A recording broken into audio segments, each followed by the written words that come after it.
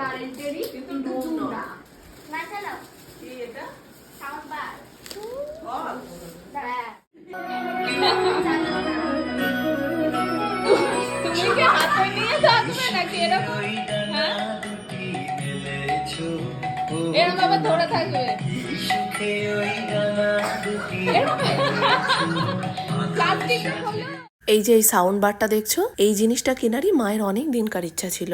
জিনিসটাকে যেন মা না পেয়ে ভারী খুশি। এটাকে হাতে নিয়ে কি বলছে জানো, বলছে এত দিনে একটা দারুণ গিফট দিয়েছিস, এটা আমার এখন রিটায়ারমেন্টের লাইফের বন্ধু। এবার বলো কেমন হয়েছে? ভালো, সবচেয়ে ভালো।